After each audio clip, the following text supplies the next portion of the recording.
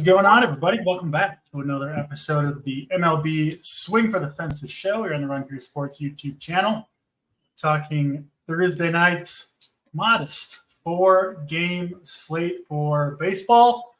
And, we can talk some NBA draft. My Timberwolves definitively won the draft, man, to go and raise the banner for the Timberwolves, better than a championship. And, we'll see what happens. It's ongoing right now. You are on Bronny James watch, man, going. So we'll have a little fun on this show. How you doing on this Thursday afternoon? Yeah, I was excited because the Timberwolves are on the clock, and I was very, very excited to talk about they were picking, but they traded to the Pistons. So yeah. I don't know if you guys are getting, maybe you're getting the 2035 pick in the draft. Maybe you're getting like a 7-year-old. I don't know, but we'll have to see. We'll see what the pick is, and we'll obviously talk some baseball. But I'm on Bronny James watch. I did not know the draft was going on until I saw JSU fire a tweet out, and I figured while we're on the show, we got 4 games. We'll talk some NBA as well along the way. And we also have the Trump versus Biden debate tonight, so we can finish off the show with 15 minutes of political discourse. I know that's what people tune in. We won't get in any trouble from the RPS brass, and it'll be a good way to end the show. No, just kidding, Wiley. If you're watching, we're not going to do that. Just a joke, a bad one apparently. Let's get into the games, man. Going. You'll update me with any NBA news that we need. And to answer your question quickly on the Wolves trade, they're just so far over the salary cap. That's like the big reason why they traded up. The only way they could add to their team was through the draft. That I think they just traded down so that they have to. It was like a salary dump, right? They attached a player to it. So just trying to shed a little bit of money, save the owners some bill or some money on the massive tax bill. But for now, let's get into baseball. New York and the Toronto Blue Jays up first. This one in Toronto. Jose Barrios pitching for the Blue Jays. He's been about like you'd expect Barrios to be better at home. He does pitch at home here. It's always been, or usually at least a big boost for him. Obviously has to go up against a very tough Yankees lineup. They have Soto and Judge in there, so it looks like a pretty standard lineup, obviously a little bit weaker at the back end. And then Rodon, faded him all season, and finally it did work for one game at least against Atlanta, who hit him around for 11 hits, 7 earned runs, 3 home runs. We're kind of waiting for the wheels to fall off for Rodon all season. I don't know if this is the start of that or just an outlier. I think probably just an outlier start. But, obviously a 4-game slate, man, going, you can't really write off anything entirely. But I do think I'll be pretty low on this game overall. What are you doing with Yankees and Blue Jays? Yeah, before I dive into MLB, a guy from Sweden just got drafted by the Pistons. Like, there's no good Swedish basketball players. DC, am I right? No one's good from Sweden, correct? Isn't Markkanen Swedish? Yeah, maybe. I don't know. I don't know if it's Swedish, but I don't know. I'm just saying his name's Bobby Clinton. So there you go. That was the pick, and he's a Piston, so he's screwed anyways. But all right, we're on the Yankees game. I ran some stuff before I got on the show, and Yankees were one that popped, and I was kind of hoping they would pop. That was one of my hopes when I ran stuff, and I mean. Jose Barrios, he's definitely one of those pitchers that he's just a very up and down pitcher. You can see it. Cleveland was a horrific matchup. I like taking some Cleveland bats against Barrios. I think I was on one of the shows when that happened. So I think you got to like some Yankees bats here. I know it's not the best park on this slate. There's only there's only one weather spot, I think, on this slate in general. I think it's really that St. Louis game. I guess you could make a case for the Kansas City one too, but there's no like clear cut, just like play that weather spot. So maybe we're just overthinking talking about that on this show, but Yankees are definitely going to be in play for me against Barrios, specifically those lefties. We know how Barrios can struggle against them. Does not mean I will ignore Aaron Judge, but you got Soto, Judge, Verdugo, who's a decent value with the outfield. But if you do play Soto and Judge, it's hard to kind of get Verdugo in there. I always notice that. And then Ben Rice. I think Ben Rice at first base is a really interesting option. And I like Austin Wells. You got Trent Grisham if you need the punt. But like I said, it's hard to get 3 Yankees outfielders because sometimes you just use, outfielders for other plays. So overall, though, I like the Yankees. And I'm not really excited about the Blue Jays. I know they've been swinging better bats. The lineup has improved. Obviously, they got Bo Bichette back in there. So now it's Bichette, Connor Felifa, who's been actually playing really well, Vladimir Guerrero Jr., Justin Turner, George Springer, Schneider's in the 6-hole. It's definitely a better Blue Jays lineup, but I don't really want to attack Rodon. It's not a spot like I'm not going to tell people not to play Rodon today, but I'm also not going to tell people to attack him with the Blue Jays. I just don't. I think it's a spot where I'm probably more even with the field on Rodon, and I wouldn't be shocked if I end up underweight, but we'll see because pitching's brutal, honestly. It's definitely not a exciting one. And you could make the argument Rodon's not the worst play to just like take your points and move on. It doesn't feel like he's going to get like a really bad out. Yeah, that all makes sense to me. I'm with you. I think the Yankees are fine. If I'm playing the Blue Jays, it's probably not as one-offs. They just don't have that much power individually. And you're also kind of betting on Rodon maybe not being himself, right? After he had his worst start of the year last time out. We don't know for sure which Rodon is going to show up. I mean, that's true of every pitcher. But I do think there's a little bit of like, on or off button with him. And we did just see his worst start. So I wouldn't hate a full Blue Jay stack, just essentially trying to bet on the chance that Rodon's not right. Because if he's not, he does have blow up spots, as we saw in his last start. So I don't hate the Blue Jays.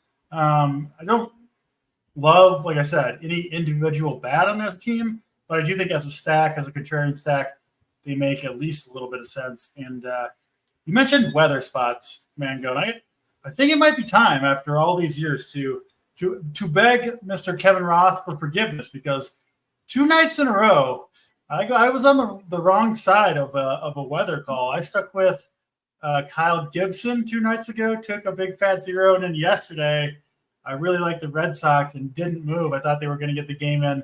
They did not. To be fair, I've been playing, I don't know how many DFS baseball slates I've played, thousands. I don't think I've ever taken zeros like that, two slates in a row. So a little bit painful. You almost feel like I did feel like a dumbass doing that. So Kevin, if you're watching, I think it's time to unblock your boy DC. Let bygones be bygones, and let me get that good weather information. I can't be taking any more zeros, Mango. To be fair, I don't think he got the Boston one right. I think he was wrong on that. It seemed like it was. I didn't like stay. I just assumed the great Kevin Roth would get it right. I mean, he's got a meteorology degree. No, he was. I think he was tilting that, and I saw him tilting the Cardinals. I saw him tilting like that the Cardinals like did like the PPD, because he was very confused by that too. He's like, this makes no sense. This is stupid. He did think it was risky though. But, so you're telling me I played this whole situation wrong, and I should have blamed him for my bad choices. The Boston one, definitely. The Cardinals one, he was just confused, but he did think there was like risk. Like actually the Atlanta one, the Atlanta and Cardinals one where there was like no rain at all, because I texted you about it and you said you were sticking. I got off it, and I told you I was getting more worried about it, but that I was personally sticking just because. So he was getting more worried, and so were you. So when you texted me that you were more worried, and when I saw him and I tracked it, I was looking at his replies. It wasn't just like his tweets out. I was looking at the replies to other people to see what information I would get. So because I don't know. I don't feel like asking. I'm like, there's someone else asking and bothering him about it. I'm not going to. No need. I've been doing just fine, and I'll continue using Google.com to get my weather information. All right, brief aside there. Cincinnati, St. Louis up next. This one in St. Louis. Not a crazy weather game, like you said, 85 degrees, humid, a little bit of winds blowing in. I mean, that's kind of an average day in summer in St. Louis. So it'll play more pitcher-friendly tonight overall. We've got Miles Michaelis on the hill for the Cardinals. Just keeps chugging along. Michaelis has actually pitched 6+ innings in, I think, 7 straight games, which is pretty wild for a pitcher who I don't think is that great at this time of in this era of baseball, but he's gone deep into games and has generally pitched okay. I think you've got to at least say he's in play on this slate at 7,500. Obviously, it's a rough pitching slate outside of Flaherty, who we'll get to. I don't mind Michaelis. Obviously, not a lot of upside, but how much upside do you need on a 4-game slate with bad pitching? Not very much at all. So I think he's okay. I think Abbott is riskier, but I think he clearly has more upside than does Miles Mikolas. We saw it last game. Boston was, I think, pretty big chalk in that game in Cincinnati. He was like 100 degrees that game. Abbott shut him down for the most part, or at least racked up 10 strikeouts, almost 30 DraftKings points. It's a St. Louis team that you're not that scared of. So I think both these pitchers are decent plays. I actually haven't looked at ownership yet, which I will pull up. But what are you doing, man, going with Cardinals and Reds here? Yeah, ownership, when I looked, and I'd be curious your take on this, it's just really spread right now on all these guys. And, like, I just don't think that's – like, I do think for the most part a lot of guys gain ownership, but, like, I think the gap on Saber was – so Flaherty's at 56%, and then it's like Rodon 30, Abbott 25, Mikolas 25, this Daniels guy 25. Like, I just don't believe it's like that close. I think it'll spread a little further. I don't know which, who or which way, but I don't totally believe that. I believe the Flaherty definitely the highest guy. Yeah, I think Mikolas gets ownership because the Cincinnati Reds are, a team that we just target. We talk about this a lot. We think the Cincinnati Reds, from a median perspective, are good, but you're supposed to play for ceiling. And there are outcomes where if the Cincinnati Reds have a floor game, I know it sounds crazy, DC, but Miles Mikolas could have 9 or 10 strikeouts. I mean, that is pretty wild, but I mean, it's there. And you don't even need 9 or 10, right? It's a 4-game slate. You could have 6 in 5 innings, and that's enough. So I think Mikolas is definitely in play today. Andrew Abbott, I don't mind just because the Cardinals suck. Now, they do have a pretty righty-heavy lineup typically, but we've seen Andrew Abbott flash upside. I think they're in play, and I also think these bats are in play. I know it's not the best ballpark, but I would likely play the Reds if I had to pick. It'd probably be going to the Reds and loading up on some of those expensive bats. Let's see if we have that lineup, because that lineup is – where is it? I didn't refresh this page. Hang on. Because sometimes they have value in their lineup, and sometimes they don't. They have currently with India. India's helped provide a bunch of value at 3.5K. De La Cruz, Steer, Stevenson, Nick Martini, who he's been good to me, so I always like him, 3.6. He's got some power. I don't know much about Noel V. Marte. Maybe you know more to discuss on him, but there's value throughout the bottom of the lineup for sure. But there are some pinch hit risks down there as well. You say Nick Martini's been good to you. You just are referring to the very first day of the season. One day, yep. Yeah, That's okay. it. Because I've heard you say that a few times, and I don't know how much damage Nick Martini has done since then.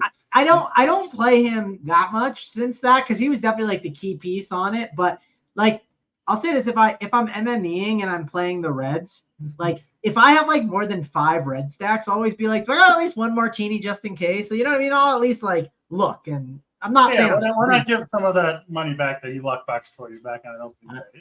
Yeah, give it back to the community. We appreciate that, man. Go with your Martini play. I agree with most of them. He's going to go yard now against Mikolas for that. Yeah. And I was also going to say there's no chance that Mikolas is getting to 9 or 10 Ks. But one, I don't want him to get there, so I didn't want to say that. And two, we did just see Kyle Hendricks 2 starts ago get like 8 strikeouts and 65 pitches or something. So I guess you never know. Redmond is apparently also a Nick Martini fan like you. So maybe he'll be the key tonight. He actually does have a really good individual matchup. And then, he's got BVP too. I checked the BVP, DC, 2 for 6 with a home run. I know it's not a lot, but for the BVP guys out there you go. I believe it. Noelvi Marte, I believe, is the Reds' top prospect. Had a PED suspension. He played last year, I believe, and was pretty good, I think, before going down with injury. So he's, potentially. I think they view like him and Ellie as their top 2 guys going forward. So 3,700 for him, I think, is for sure a decent play against Mikolas. I do prefer the lefties in general. I think like most of these games, you can kind of play both sides of it, right? If you want to. It's really hard to. There's really only the one lopsided game, right? Out in Los Angeles, but I don't think there's biggest favorite on the day is the Tigers at -155. So a lot of close games. Most of these teams have similar team totals.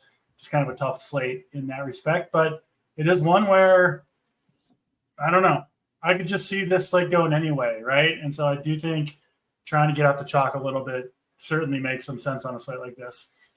Let's get to Kansas City and Cleveland next. This one, pretty much a straight pick 'em. We've got two righties on the hill, Michael Wacha, who's been okay for the Kansas City Royals, and then Ben Lively, whose results have been awesome this year. He is not a guy that I bought into at all. He tops out at like 90 miles per hour.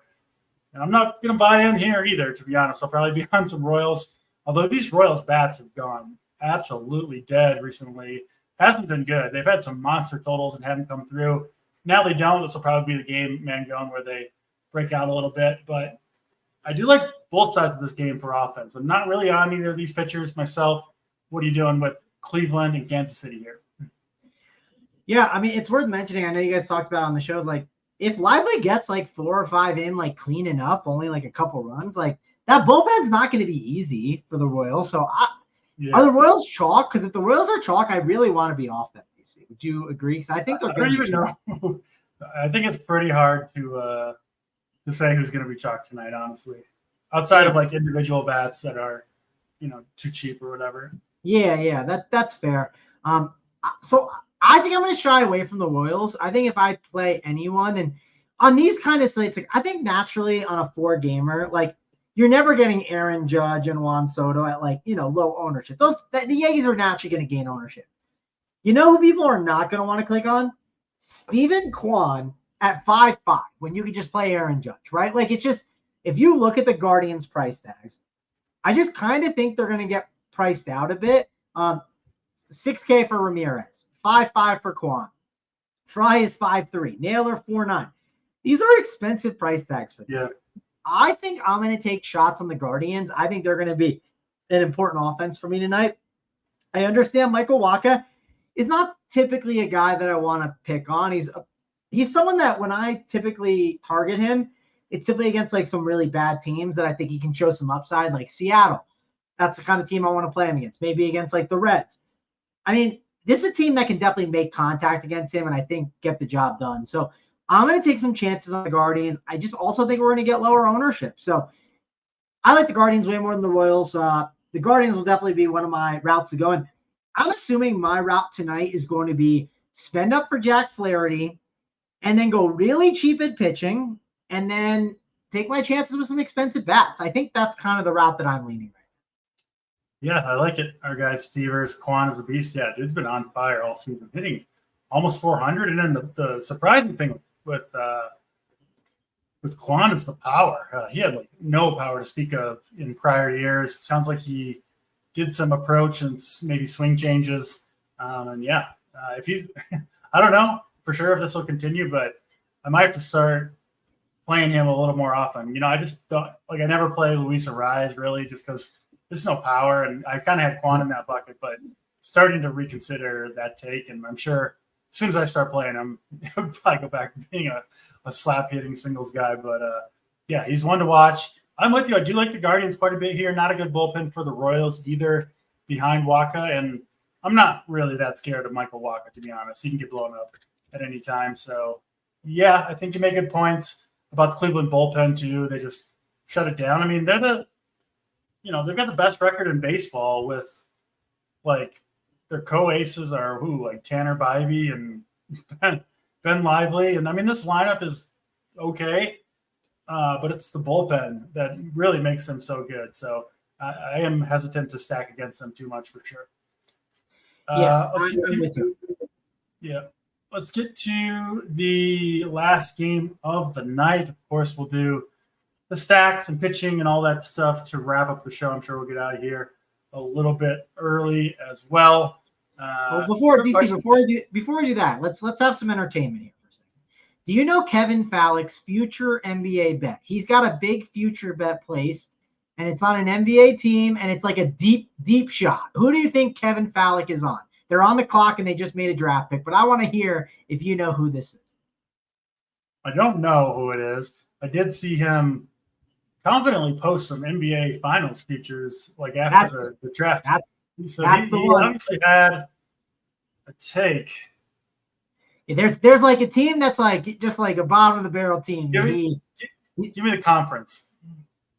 Western Conference, which makes it even funnier because like typically if you take a team that's like really deep to odds, you want it to be like a clean path, right? Like, and it's not a clean path in the West, obviously.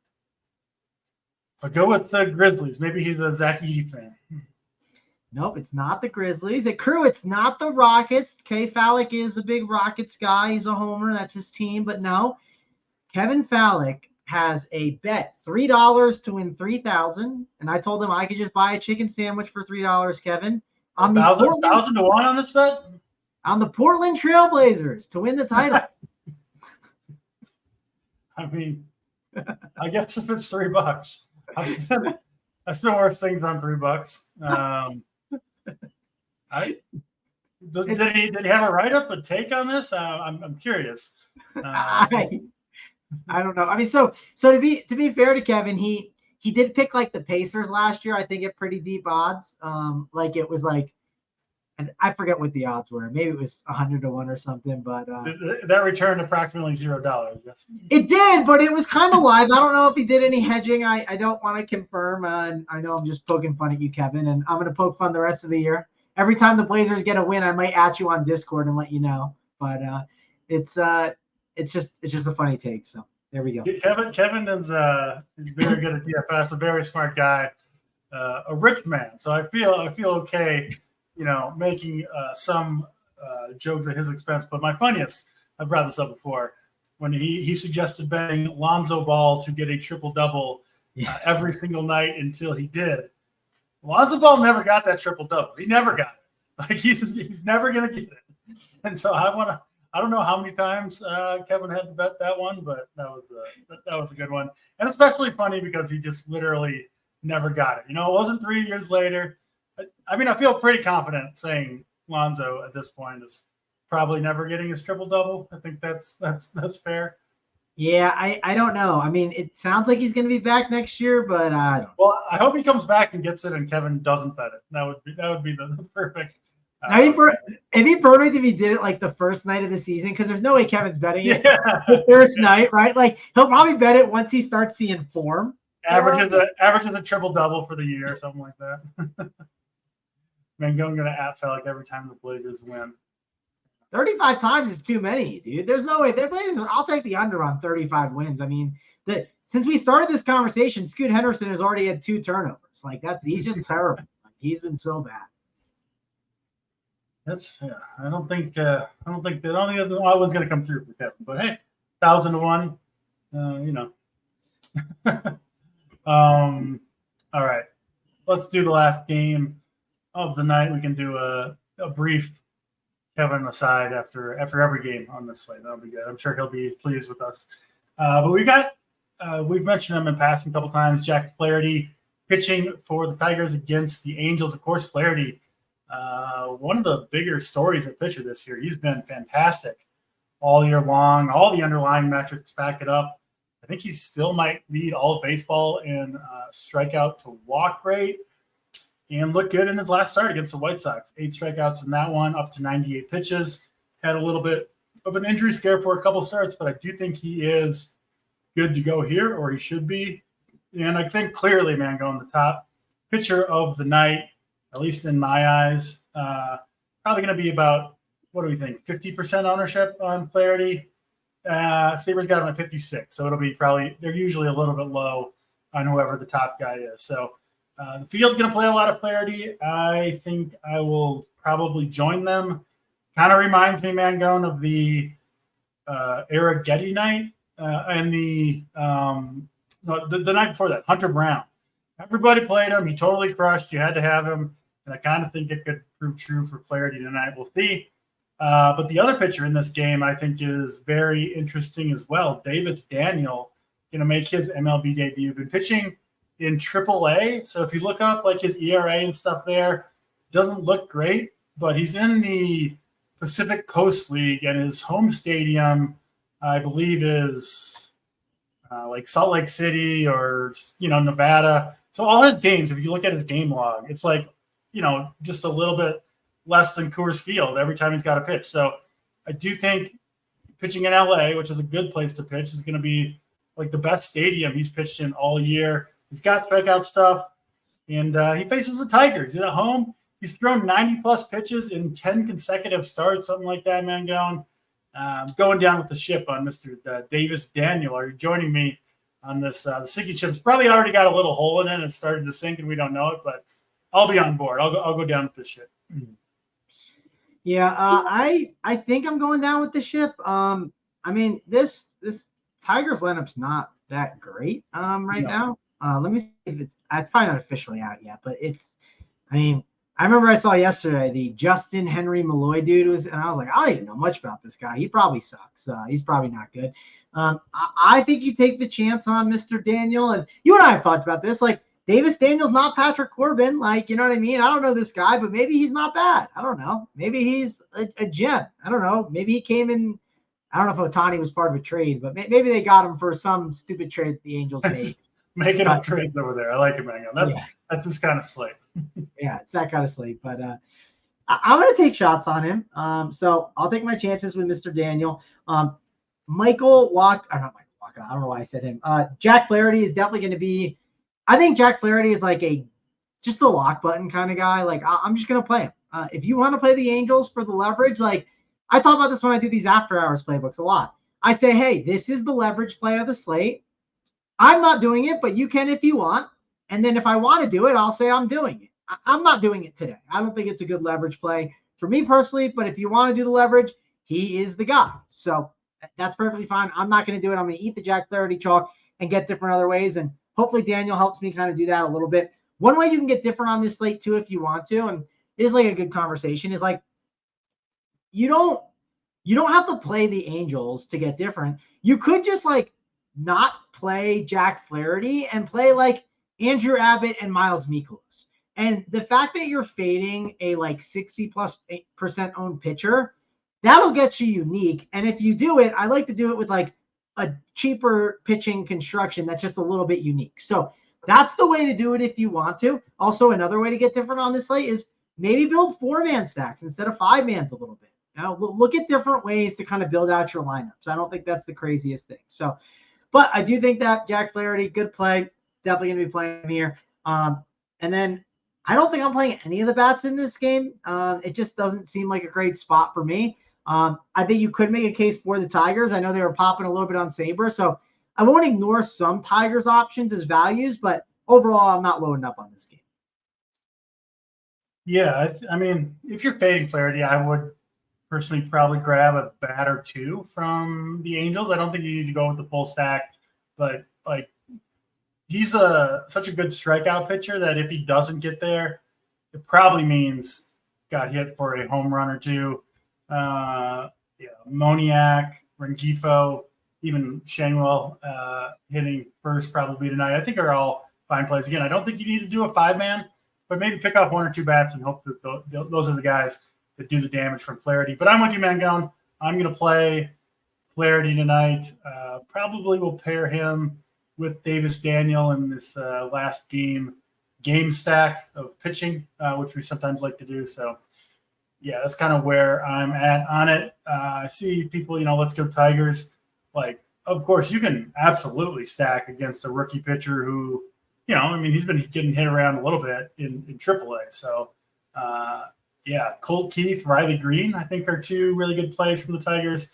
But I don't mind a full stack there at all. Bad Angels bullpen behind Davis Daniel. If you do want to go there that direction, makes quite a bit of sense to me. I do think the Tigers will be fairly popular. They have the highest team total on the slate. I think they do actually against Davis Daniel. So they'll be popular tonight, but I don't think they're bad plays whatsoever. Anything else, Mangone, on this slate before we get into stacks and pitching and all that? Yeah, a couple of things. So at the top of the hour, Mr. What's his name? Mr. Stoner from the Colorado area. He asked if I talked to my mom today and got the plays for him. And I did talk to my mom, and I did get the plays. I'm on and this is an earlier game. I'm on Baltimore -1.5. So we're taking them. Corbin Burns versus John Gray. Take the Orioles -1.5. That's my bet for you. Thank you, Mama Mangone. We appreciate that. Yes, you got to give the winners out there. And FanDuel does start a little bit earlier. It's at 6:20 Eastern. We could touch on those 2 games if you want. It's just Texas and Baltimore, which it's Burns and John Gray. And I mean, my take would be play some Corbin Burns on FanDuel. I don't think you want to play Texas, and I would play Baltimore against John Gray. We know he can be a very up and down option.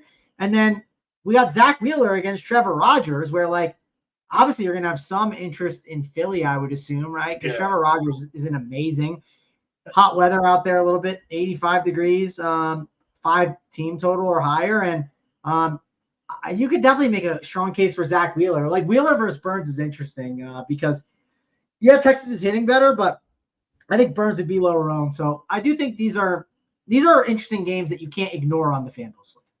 Yeah, I'm not playing the FanDuel slate, I don't think. They're probably full by now, but maybe if there's some room, I'll jump in there. I think the $9, which is their main, has 400 spots left. So if you really want to get in, you gotta get going. I hope you're all right.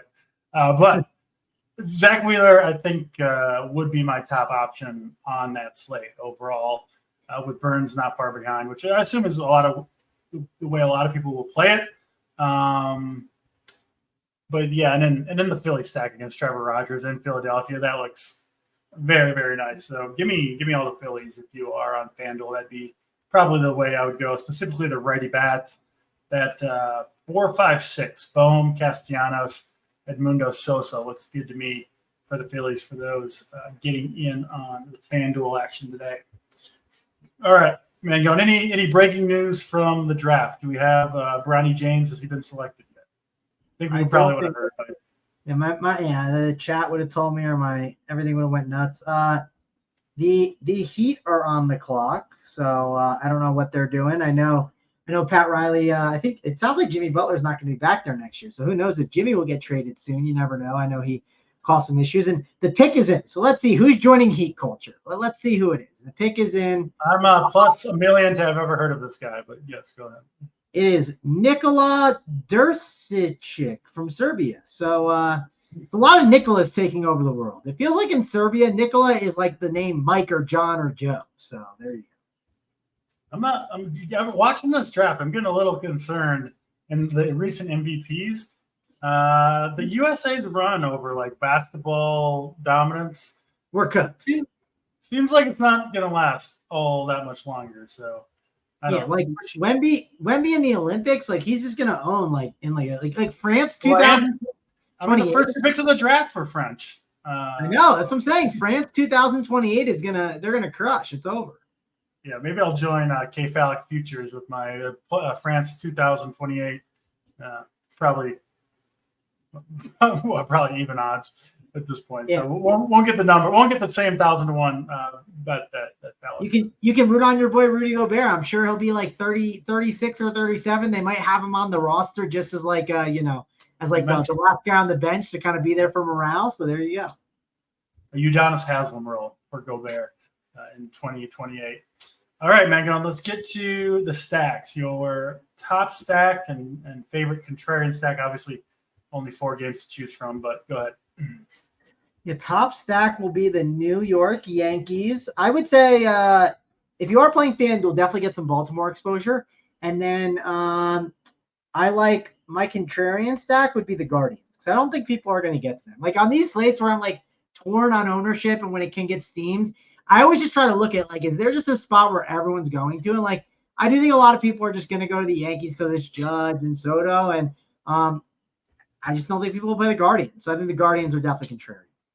All right. I will actually go with the Guardians as my top stack and go with the Blue Jays as my contrarian stack. I'm not sure on ownership, so maybe those need to be – I don't think that many people are going to play Blue Jays, though, against Carlos Rodon. So I think they're a decent contrarian stack there. Most important pitcher on this slate, man. Going, who do you got?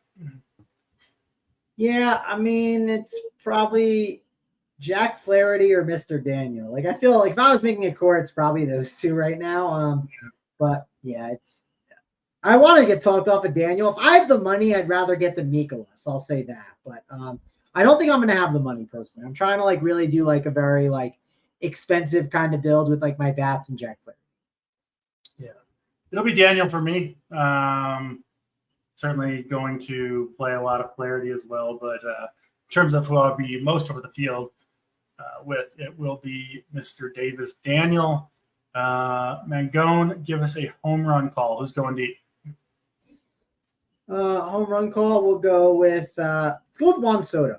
He's been hitting the ball a little bit better. I know he likes to take those walks, but Jose Barrios will attack him. Lefty, so we'll go with Juan Soto. I will go with Vlad Guerrero, hitting third. Been hitting better over the last month or so, taking Carlos Rodon deep tonight. And finally, your overall favorite hitter on the slate. Let's go with another guy that hits bombs. Let's go with Josh Naylor. He's got 20 on the year. He's been crushing it, so we'll go with Josh Naylor against Michael Wacha to get some exposure to the Guardians. And I will join our guy Stevers on the Stephen Kwan train. Going to keep it rolling with Mr. Kwan. Seems like an overpay, not for what he's been producing. That'll do it for this show. We'll be back, of course, tomorrow, Friday night, fireworks edition, me, Boyden, and Stats with the full slate. None of this 4-game small slate garbage. So we'll see you all back there tomorrow. Hit the like button on your way out if you haven't yet done so. And that'll do it for us. For Mangone, I'm DC. We're out of here.